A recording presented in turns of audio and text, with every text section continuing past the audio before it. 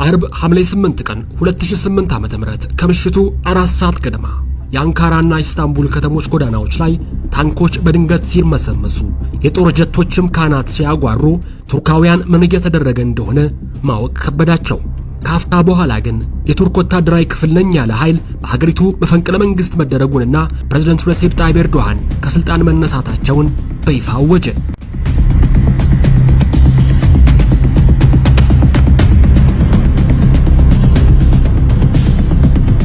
over state television and instructing a newsreader to announce a peace council was now in charge.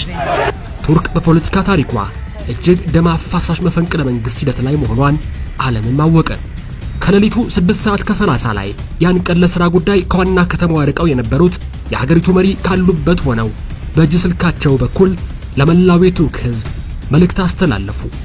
ከያለህበት ወደ አደባባዮች፣ ኤርፖርትና ጎዳናዎች ውጣ።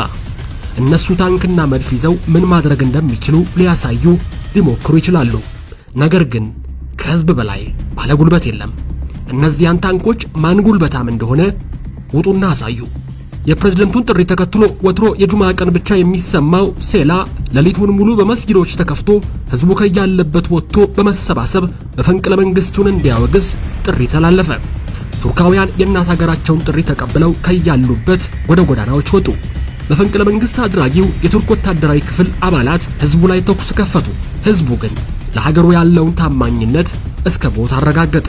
ስፈልገው ማወርደው የመረጥኩት መሪና መንግስት አለ፣ ስለ ቱርክ እሰዋለሁ ሲል ከባባድ መሳሪያን ከያዘ ወታደር ጋር ትግል ገጠመ።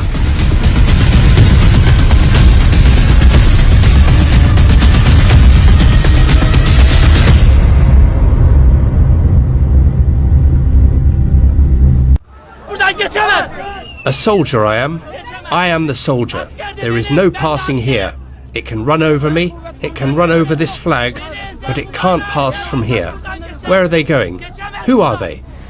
ከ250 በላይ ንጹሃን ያን ምሽት ብቻ ተገደሉ። እነሆ በስተመጨረሻም የመንግስት ግልበጣ ሙከራው ከሸፈ። ህዝቡም እነዚያን ታንኮች ማን ጉልበታም እንደሆነ በተግባር አሳየ። በዚያው ሌሊት 9:20 ሲል ፕሬዝዳንት ሬሲፕ ጣይብ ኤርዶሃን ከሄዱበት ተመልሰው አንካራ በሰላም ገቡ። መፈንቅለ መንግስቱም መክሸፉን አረጋገጡ።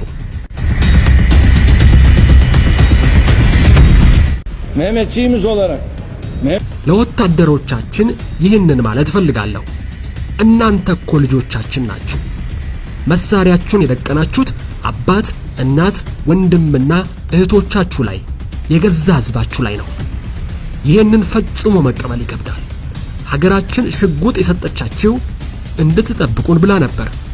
ይህንን መሳሪያ የገዛ ህዝባችሁ ላይ ለመተኮስ ካዋላችሁ እመኑኝ ዋጋ ትከፍሉበታላችሁ።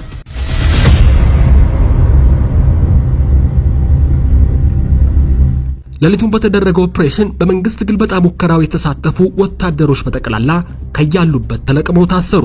ፕሬዝዳንት ኤርዶሃንን ከስልጣን ለማንሳት የተደረገውን የመፈንቅለ መንግስት ሙከራ መቀመጫውን አሜሪካ ያደረገውና በቱርክ መንግስት አሸባሪ ተብሎ የተፈረጀው የፌቱላ ጉላን ድርጅት እንደመራው ተረጋግጧል።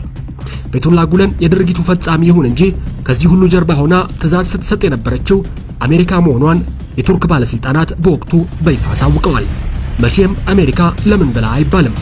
እሷ እንደሆነች አይነ ውሃው አላማረኝም ብላም የሰው ሀገር መንግስት ካልገለበጥኩ ማለቷ ልምዷ ነው። ቱርካዊው ተንታኝ ኢብራሂም ካራጉል የዚያን ሰሞን ይሄንን አለ። አሸባሪ ድርጅትን የምትከላከለው አሜሪካ ሽብርተኝነትን የምትደግፍ ሀገር ተብላ በይፋ ልትታወጅ ይገባል። ይቺ ሀገር በጉለን በኩል ቱርክ ላይ ዘመቻ አካሄደች፣ በህዝባችን ላይም ጥይት አዘነበች። በእርግጥም አሜሪካ ያሸባሪ የልብ ወዳጅ ካልተባለች ሌላ ምን ትባል? ከዚያን ጊዜ ወዲህ አሜሪካና መሪዎቿ ፕሬዝዳንት ሬሲፕ ጣይብ ኤርዶሃንን በዚህ መልኩ ያከብሩት ጀምረዋል።